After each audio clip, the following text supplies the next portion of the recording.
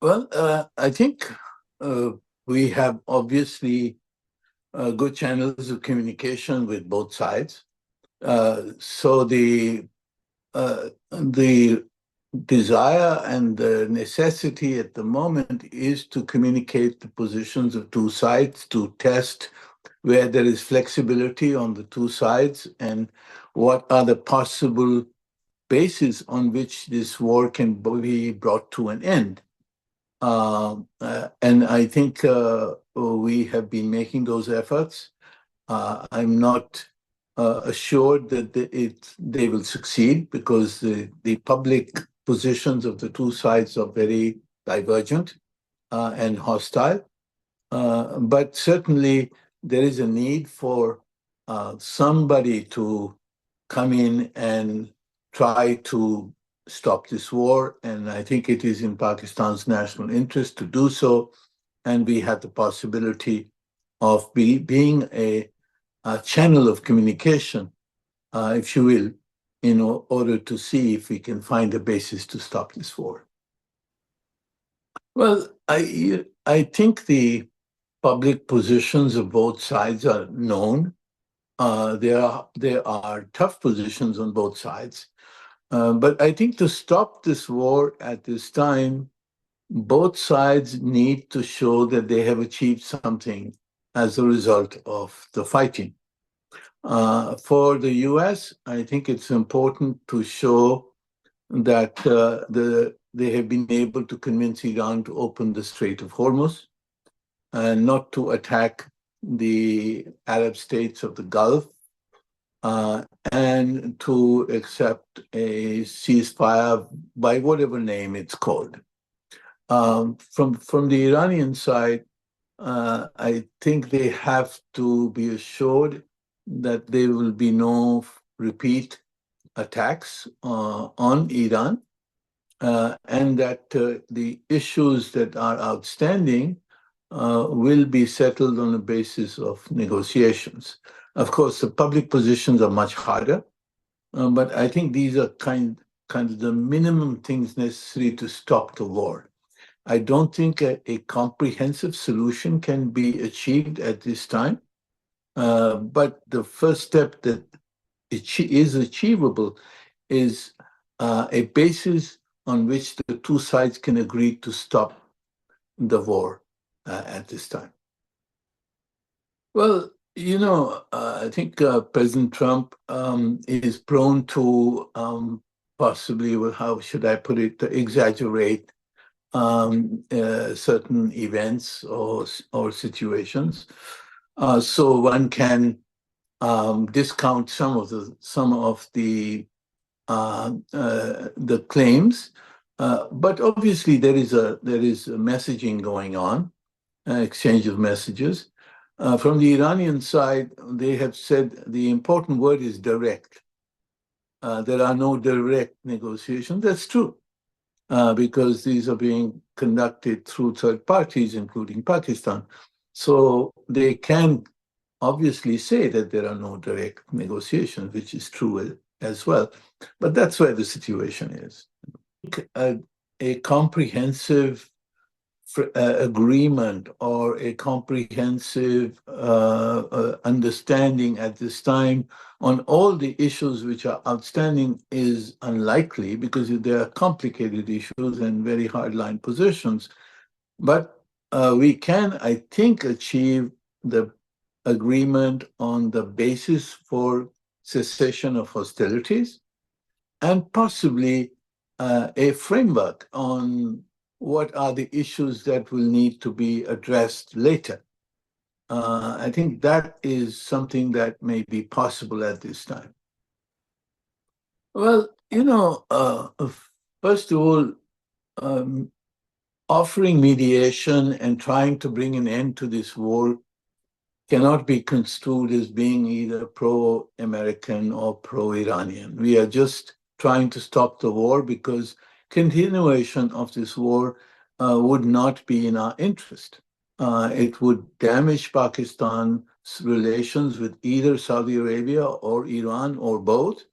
And therefore, it is in our interest to bring a halt to this war as soon as possible. Once, and if we are successful, then, of course, this will be to the credit of Pakistan's diplomacy, and it will enhance Pakistan's diplomatic position globally. So I don't see a downside at the moment in making the effort to stop the war.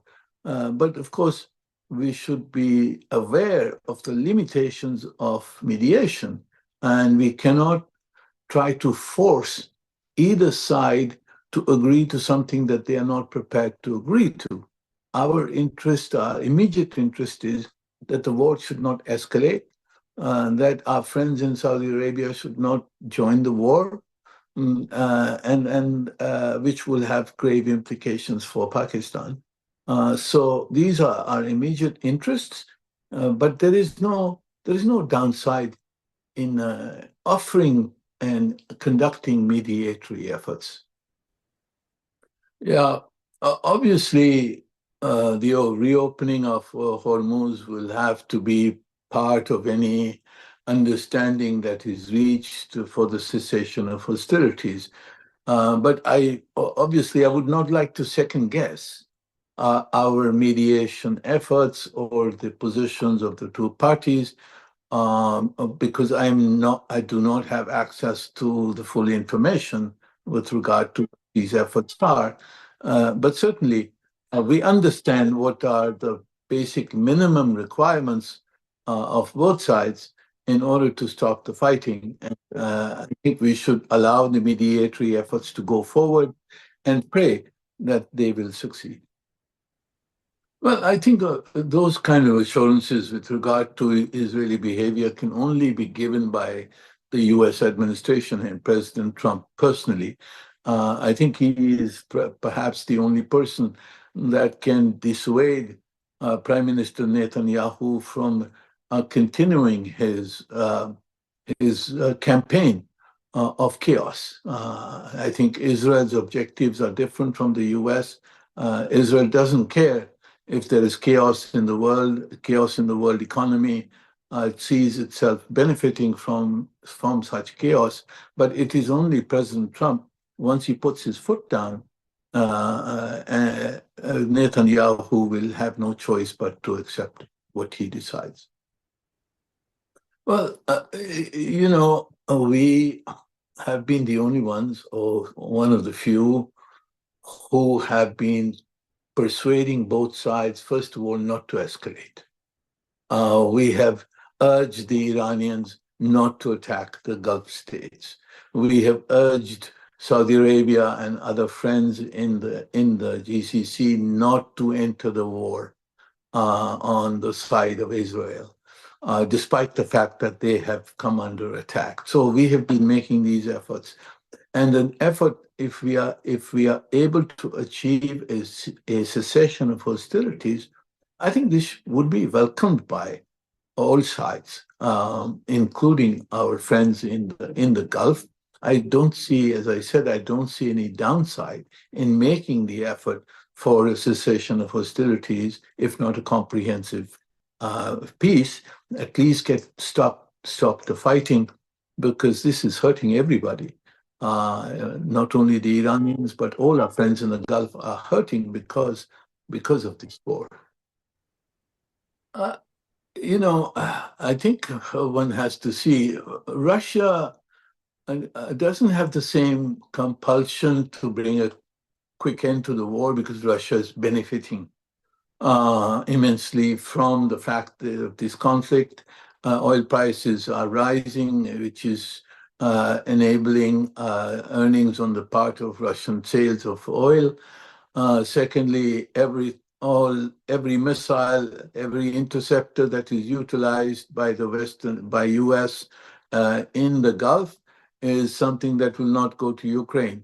And that is also to the advantage of Russia. So Russia, no doubt, wants a cessation of hostilities, but it doesn't have the same compulsions that the Gulf has and Pakistan has.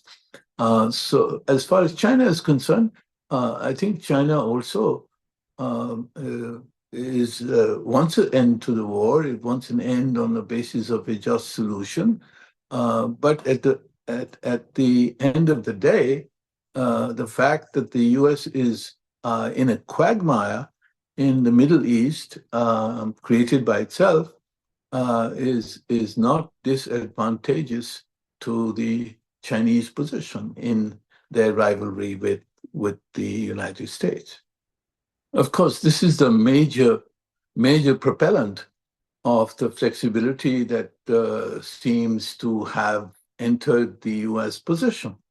It is the economic damage that is being done to the global economy and the U.S. economy, and the opposition which is arising internally because of the damage that is being done to the economy, including the rise of gasoline prices.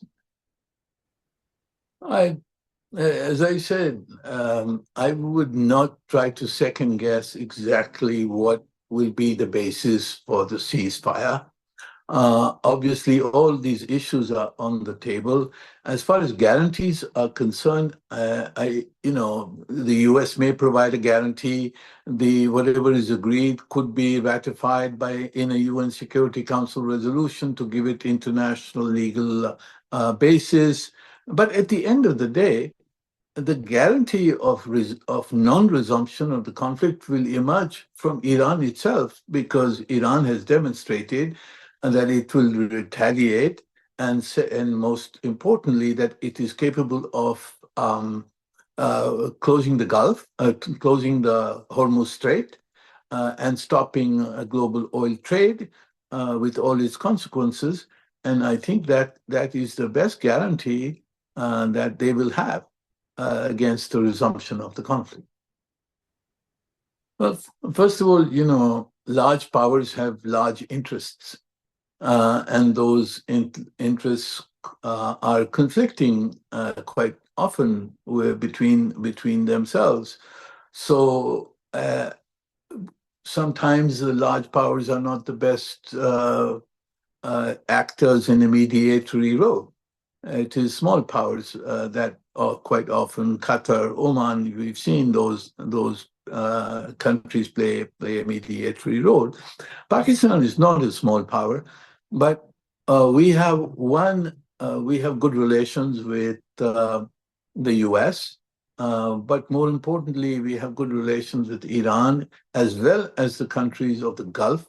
So among all the sort of major parties, except for Israel, we have good communications. And therefore, I think we are in a good position to try and mediate, I would say, exchange messages, to try and find a common ground, etc. I hope we will succeed in that. Well, one cannot predict exactly on what terms the fighting will stop. But Iran has demonstrated its capability to block the Hormuz Strait and to do damage to the global economy.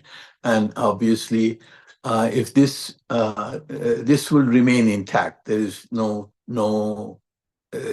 unless the regime collapses, unless the U.S. escalates and really topples the regime. In whatever scenario that the regime survives, or the government or present government of Iran survives, and a ceasefire is achieved, that objective of Iran will have been established and will have been achieved. Now, the issue is, what can the U.S. show as a victory, or as having been achieved as a result of the war?